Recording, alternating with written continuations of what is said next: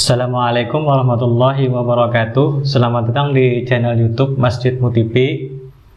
Kali ini saya kedatangan tamu, seorang ustadz muda. Ustadz ini sungguh berbakat, Masya Allah.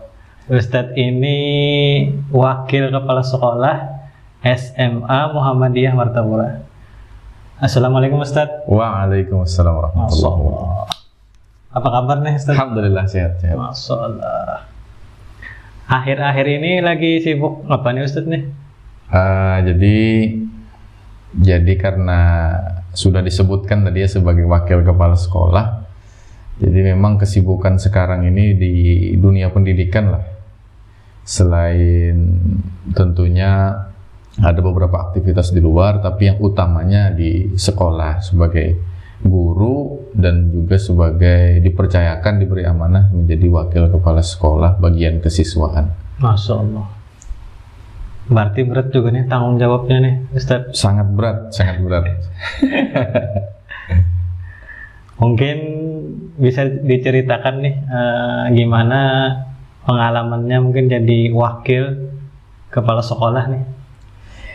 Jadi kalau di SMA Muhammadiyah sendiri, ulun nih jadi wakil kepala sekolah itu kalau kada salah dari 2019 awal. Rasanya 2019 awal. Nih apa sih memotong nih? Siap. Bahasa Indonesia sih. Oh, bahasa Indonesia kan? Iya sih. Oh, cukup, siap. Siap. Dapat doa sih. Ya. Jadi kalau saya pribadi ditunjuk atau diberi amanah jadi wakil kepala sekolah itu kurang lebih dari 2019 awal. Jadi kalau sekarang itu hitungannya mungkin sudah 2 tahun ya. Iya, 2 tahun. Ya, kisaran 2 tahun lebih mungkin. Jadi setelah jadi wakil kepala sekolah bagian sarana prasarana, itu diamanahi menjadi wakil kepala sekolah bagian kesiswaan. Jadi khusus mengurusi siswa, ada kegiatan-kegiatan siswa itu bagian saya istilahnya yang diberi tanggung jawab. Oh. Mungkin kira-kira lebih spesifiknya itu gimana tuh Ustadz? Jadi kalau masalah wakil kepala sekolah bagian kesiswaan ini, memang kan kalau biasanya di sekolah-sekolah itu pada umumnya ada beberapa bagian wakil kepala sekolah. Ada yang mengurusi bagian kurikulum, itu biasanya mengurusi bagian pembelajaran segala macam. Ada bagian sarana prasarana, khusus mengurusi masalah sarana prasarana untuk penunjang pendidikan di sekolah. Lalu ada kesiswaan, bagian kesiswaan itu khusus mengurusi terkait dengan masalah kesiswaan. Pokoknya kalau ada siswa berkegiatan, itu bagian kesiswaan yang mengurusi. Kalau misalkan ada siswa-siswa yang mungkin dalam tanda kutip ada masalah di sekolah, mungkin itu bagian kesiswaan yang mengurusi. Ataupun yang berprestasi, itu semuanya dilingkupi oleh bagian kesiswaan. Nah, kira-kira begitu. Begitu. Mungkin kita ke latar belakang Ustadz, mungkin boleh? Oke, silakan. Ya. Boleh. Jadi kalau latar belakang, memang karena sekarang aktif di dunia pendidikan, berarti memang latar belakang saya memang di pendidikan ya. Iya. Sebelum aktif mengajar, itu kuliah di jurusan pendidikan di Universitas Muhammadiyah Malang. Kebetulan di Universitas Muhammadiyah Malang atau UMM itu mendapat kesempatan beasiswa. Jadi pada awalnya itu, mungkin cerita pengalaman sedikit ya? Iya, bisa. Cerita pengalaman. Jadi waktu itu lulus SMA 1 Martapura, Ya. jadi tidak ada kecenderungan untuk kuliah di luar sebetulnya. Justru saya berpikir cuma ingin kuliah di, istilahnya di daerah sini aja, mungkin Banjarbaru atau Banjarmasin. Tapi kebetulan saat itu ada beberapa tawaran beasiswa yang menawarkan itu dari Muhammadiyah. Dulu itu yang gembar-gembor itu Ami Abdul Aziz. Oh, Ami Aziz. Ami Aziz itu karena saya kebetulan dulu itu aktif di remaja masjid, aktif di masjid. Jadi mungkin Ami Aziz mandang, wah ini kayaknya anak ini punya potensi nih. Punya potensi mungkin dalam pikiran Ami Aziz. Jadi dinasihati oleh Mbak Aziz, ditawari beasiswa. Kebetulan ada beberapa beasiswa waktu itu ditawari. Oh, banyak. Ada beberapa ya. Yang pertama itu di Universitas Muhammadiyah Yogyakarta, UMY. Jadi nawarkan beasiswanya itu ada beasiswa khusus pendidikan ulama tarjih, pendidikan kader ulama lah. Kemudian ada di Universitas Muhammadiyah Surakarta atau UMS. Ya. Kemudian juga yang ketiga itu ada di Universitas Muhammadiyah Malang. Nah, saya itu waktu itu ikut seleksi di Universitas Muhammadiyah Jogja dulu. Karena di UMY itu paling pertama dia menawarkan dan penerimaan mahasiswanya itu terbatas waktunya. Oh. Jadi waktu itu daftar di UMY, kebetulan tesnya dulu waktu itu di Banjarmasin dulu. Setelah tes di Banjarmasin, dinyatakan lulus di Banjarmasin, akhirnya berangkat ke Jogja. Tapi di Jogja setelah mengikuti serangkaian tes, kalau nggak salah ada tes wawancara segala macam. Nah, di situ yang ada kendala sedikit. Oh. Jadi apa itu kendala? Kendalanya ini. Jadi saya waktu itu tidak lulus murni, lulus cadangan. Oh. Lulus cadangan dalam artian jika ada yang mengundurkan diri, baru saya yang lulus. Oh. Gitu. Jadi waktu itu karena masih lulus cadangan, tidak ada kepastian untuk lulus murni. Jadi akhirnya saya dinasihati oleh Mbak Aziz untuk balik aja ke Banjar dulu. Balik ke Banjar akhirnya. Lalu balik ke Banjar, ada tawaran beasiswa lain yang dari UMM tadi. Karena dari UMS itu dari Surakarta kebetulan sudah tutup. Nah, berbarengan ternyata dengan Yogyakarta dia penerimaannya. Lalu daftarlah di Malang. Singkat cerita, ikut tes di Malang, ikut seleksi, akhirnya alhamdulillah lulus di Malang. Ada 4 orang dari Kabupaten Banjar. Jadi alhamdulillah dari keempat orang itu ya bisa lumayan lah membawa nama baik Kabupaten Banjar istilahnya. Karena yang pertama kali diutus oleh Kabupaten Banjar untuk ikut beasiswa itu. Jadi empat yang langsung ke sana.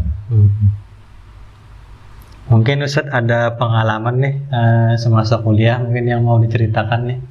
Nah, kalau pengalaman dulu waktu kuliah memang saya cukup aktif di organisasi kemahasiswaan. Yang pertama itu waktu semester awal itu ikut Ikatan Mahasiswa Muhammadiyah. Kemudian dari IMM itu lanjut ke organisasi mahasiswa intra kampus. Waktu itu ikut BEM. Badan Eksekutif Mahasiswa di fakultas.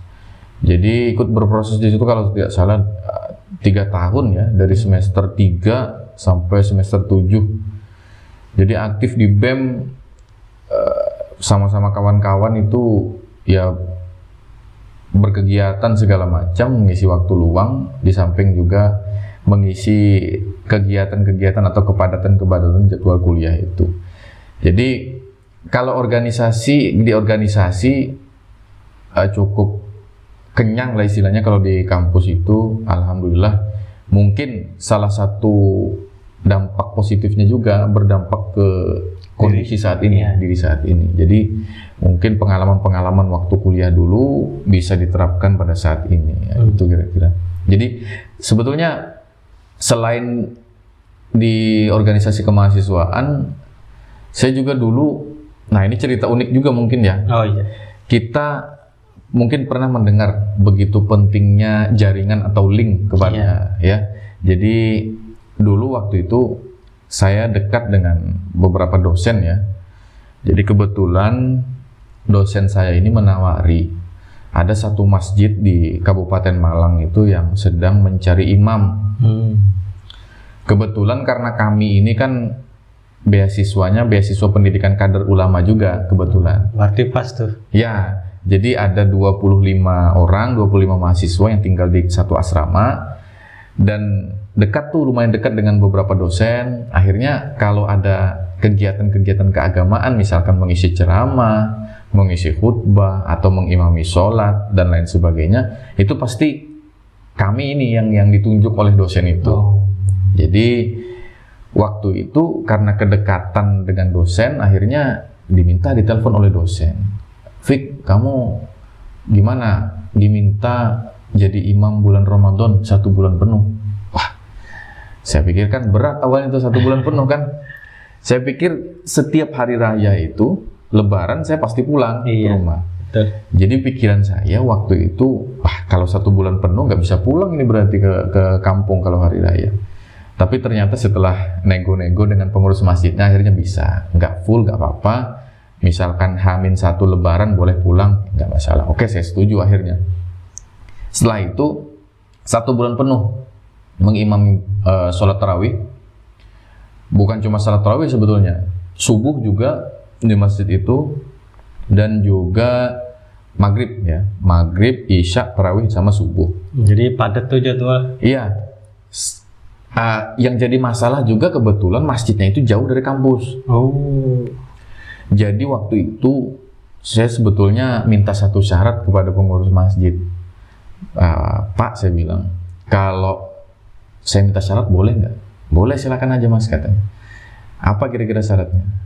Saya minta motor 1, atau saya tinggal di dekat-dekat sini. Oh iya, benar. Jadi akhirnya dipenuhi dua-duanya ternyata. Masya Allah. Dipinjemi motor sama tinggal di dekat masjid di panti asuhan.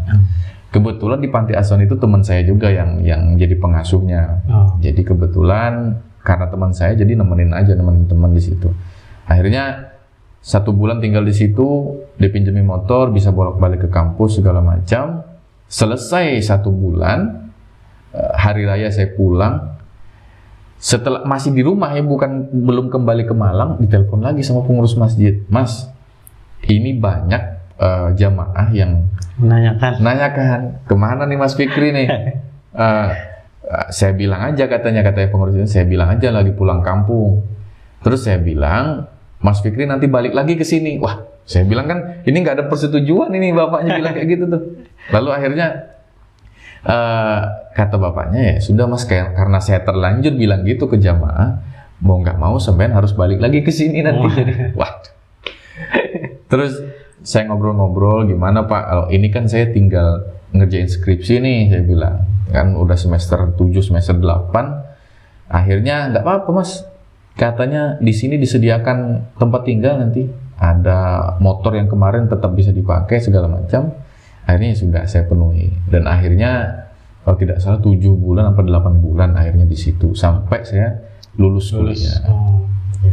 Jadi mungkin itu yang membekas ya, yang mungkin yang begitu memberikan dampak positif dari pengalaman-pengalaman yang lalu itu, mungkin yang paling berkesan itu. Kalau boleh tahu nih, itu nama masjidnya apa yang di Malang itu? Itu Masjid Nurul Hidayah di Kepanjen. Kalau mungkin pemirsa mungkin pernah nonton Arema ya. Mungkin. Iya. Stadion Arema itu kan Stadion Kanjuruhan namanya. Nah, itu dekat sama Stadion Kanjuruhan tuh. Jadi letaknya itu strategis di pinggir jalan utama provinsi. Jadi memang masjidnya nggak terlalu besar, tapi jamaahnya padat. Gitu kira-kira. Berarti Ustadz Fikri ini sudah menguasai lah tajwid dan sebagainya itu, jadi bisa tuh ditunjuk jadi imam. Nah, jadi gimana tuh ceritanya tuh mungkin? Oke, jadi kalau kita bicara kembali ke belakang ya, kalau waktu kenapa jadi bisa ditunjuk sebagai imam. Jadi saya dulu waktu kuliah itu memang ada beberapa kawan-kawan yang memang unggul dalam Al-Quran, dalam artian bacaan Al-Qurannya bagus, suaranya bagus. Saya merasa nggak setingkat atau selevel dengan mereka sebetulnya. Mereka sudah, istilahnya di Malang itu mereka keliling sudah, ngimami tarawih, ngimami sholat jamaah biasa, itu sudah keliling. Tapi saya nggak nyangka waktu itu mungkin dosen saya ini, ini Fikri ini belum dicoba ini kayaknya nih. Mungkin mikirnya gitu. Akhirnya saya dicoba oleh dosen saya itu. Jadi kebetulan ya dulu pernah belajar Al-Quran ya, Jadi yang pertama itu belajar ke ayah sendiri, ke bapak sendiri di rumah. Saya manggilnya Abah. Jadi ke Abah itu belajar Al-Quran pertama kali. Guru Al-Quran pertama saya adalah Abah saya sendiri. Lalu, setelah itu baru masuk di Madrasah Sanawiyah. Itu ketemu guru-guru Al-Quran yang luar biasa itu kayak Ustadz Idris dan beberapa guru yang lain. Kemudian ada Ustadz Abdullah juga. Ini mungkin saya agak rindu ya dengan beliau ya. Tidak pernah ketemu lagi sudah sekian belas tahun mungkin. Terakhir ketemu itu waktu Madrasah Sanawiyah. Itu mungkin salah satu guru yang berpengaruh juga dalam mengajari saya dalam masalah Al-Quran. Kemudian juga ada Ustadz Lukman, ada Ustadz-Ustadz yang lain lah, mungkin tidak bisa saya sebutkan satu persatu. Mudah-mudahan beliau semuanya disehatkan dan dipanjangkan umurnya. Amin. Itu kira-kira, jadi belajar Al-Quran itu mungkin memang dari kecil diajari. Dan sekarang jadi imam tetap di Masjid At-Taqwa Martapura ya? Ya, betul. Imam rawatib 5 waktu. Masya Allah. Berarti sudah teruji nih. Ya ujiannya waktu di Malang itu kira-kira.